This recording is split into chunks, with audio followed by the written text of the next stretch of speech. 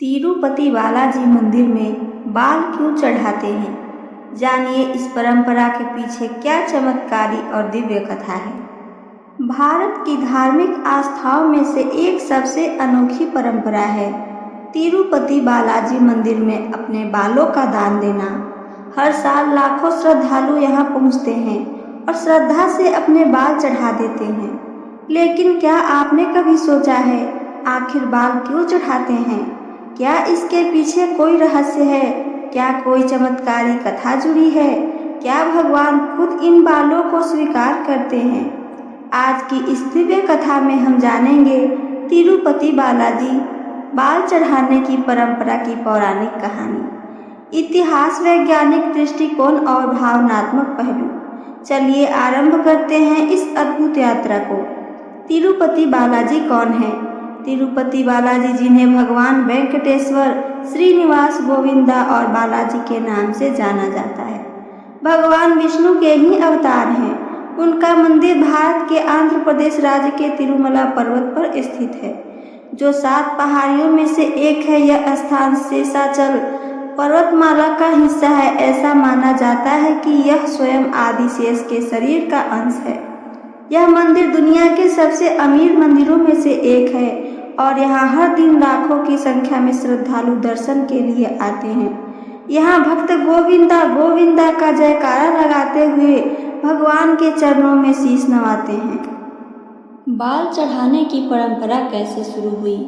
कथा की शुरुआत देवी लक्ष्मी का वियोग। पौराणिक कथा के अनुसार एक बार भगवान विष्णु और देवी लक्ष्मी के बीच एक विवाद हो गया। नारायण जी ने भूलवश कुछ ऐसा कह दिया जिससे देवी लक्ष्मी रुष्ट हो गईं और वैकुंठ धाम छोड़कर पृथ्वी पर आ गईं। भगवान विष्णु अत्यंत व्याकुल हो उठे और वे उन्हें मनाने के लिए पृथ्वी पर उतर आए।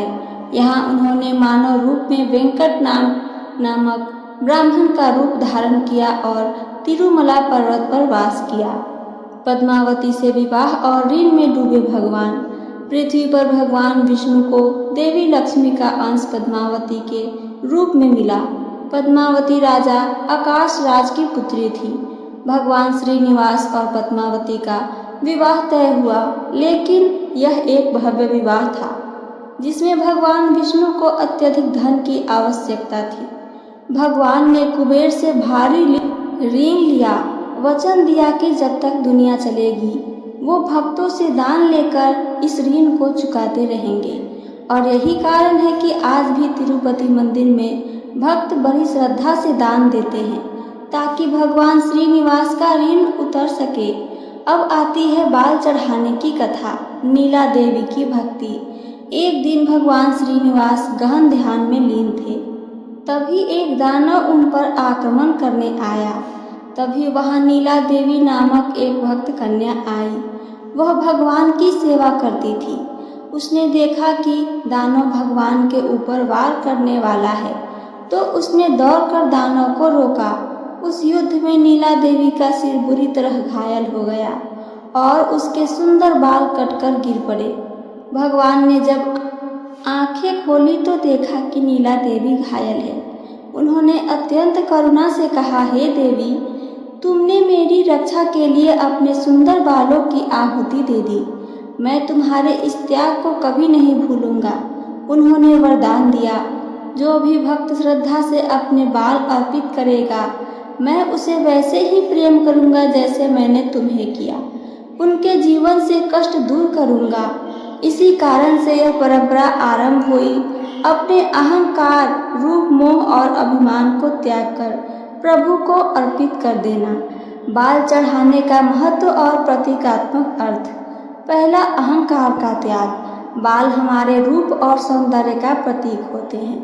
जब हम इन्हें प्रभु को अर्पित करते हैं तो इसका अर्थ होता है हम अपने अहंकार और सौंदर्य को, मोह को त्याग रहे हैं। दूसरा, नवजीवन की शुरुआत। बाल मुंडवाने के बाद व्यक्ति को ऐसा लगता है मानो उसने अपने पुराने जीवन को पीछे छोड़ दिया। यह आत्मिक शुद्धि का प्रतीक माना जाता है। तीसरा, संकल्प की पूर्ति। कई लोग संकल्प लेते हैं कि यदि मेरी इच्छा पूरी हुई तो मैं बाल चढ़ाऊंगा। जब इच्छा पूरी होती है तो वे वचन निभाते हैं और बाल अर्पण करते हैं। बच्चों के बाल क्यों चढ़ाए जाते हैं? तिरुपति में यह परंपरा है कि जब किसी बच्चे का बाल पहला बार काटा जाता है तो उसे बालाजी को चढ़ाया जाता है। इसके दो कारण माने जाते हैं। पहला, शारीरिक और मानसिक शुद्धि। यह माना जाता है कि जन्म के बाल पूर्व जन्म के संस्कारों को अपने साथ लाते हैं। उन्हें हटाकर बालाजी को अर्पित करना पवित्रता की ओर पहला कदम है। दूसरा, भगवान का आशीर्वाद। जब बच्चे के पहले बाल भगवान को अर्पित किए जाते हैं तो माना जाता है कि बालक जीवन भर स्वस्थ, सुरक्षित और सफल रहेगा। चढ़ाए गए बालों का क्या होता है? यह सवाल सबके मन में आता है। इतने करोड़ों श्रद्धालु बाल चढ़ाते हैं तो उन बालों का आखिर क्या किया जाता है? तिरुपति मंदिर ट्रस्ट चढ़ाए गए बालों को इकट्ठा करता है। इन्हें प्रोसेस करके विदेश में एक्सपोर्ट किया जाता है। विशेषकर विग, हेयर एक्सटेंशन और कॉस्मेटिक उत्पादों में उपयोग किया जाता है। इससे करोड़ों की आमदनी होती है जो मंदिर प्रबंधन, गरीब की सेवा, धर्मशाला और अस्पतालों पर खर्च होती है। इसका उद्देश्य सिर्फ धर्म नहीं, सेवा भी है। तिरुपति मंदिर की विशेषता, मंदिर में 13,000 से अधिक नाई काम करते हैं जो भक्तों के बाल श्रद्धा से काटते हैं। मंदिर में लगभग 3 मिनट में एक व्यक्ति बाल चढ़ाता है। इसे मोक्षदायिनी सेवा माना जाता है।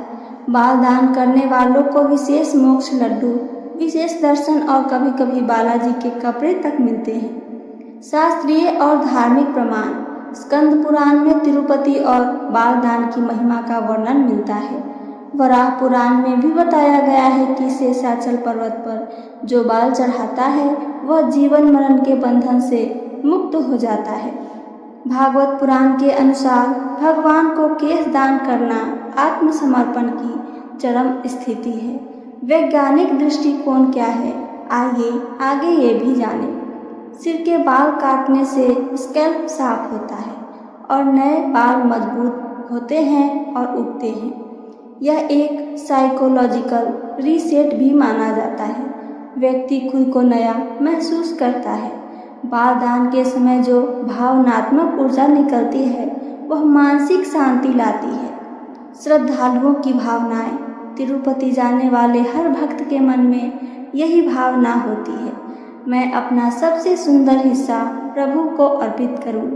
कोई कहता है मेरे बेटे का इलाज सफल हो गया, अब मैं बाल चढ़ाऊंगा। कोई कहता है मेरी शादी हो गई, अब मैं वादा पूरा करूंगी। कोई कहता है मेरी नौकरी लग गई, अब तो बालाजी के चरणों में सब कुछ अर्पित करना है। ये सबका निष्कर्ष क्या है, आइए आगे ये भी जानते हैं। बाल नहीं, समर्पण चढ़ता है। तो जब अगली बार आप तिरुपति जाएं और वहाँ किसी को सिर मुंडवाते देखें तो याद रहे वह व्यक्ति बाल नहीं, अपना अहम, मोह, इच्छाएं और अभिमान प्रभु को सौंप रहा है।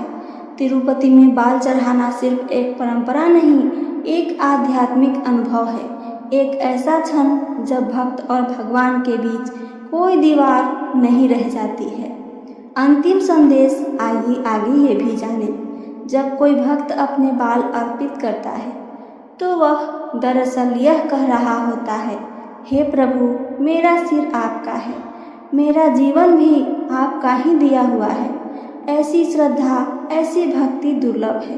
तो आइए हम भी प्रभु के चरणों में अपना मोह, अहंकार और द्वंद्व अर्पित करें और जीवन को पवित्र बनाएं। तो ये थी मेरी आज की कथा। मेरी कथा आप सबको पसंद आई हो तो चैनल को सब्सक्राइब करके वीडियो को लाइक करना ना भूलें। साथ साथ अपना एक प्यारा सा कमेंट करके हमें ज़रूर बताइए। सुनने के लिए धन्यवाद।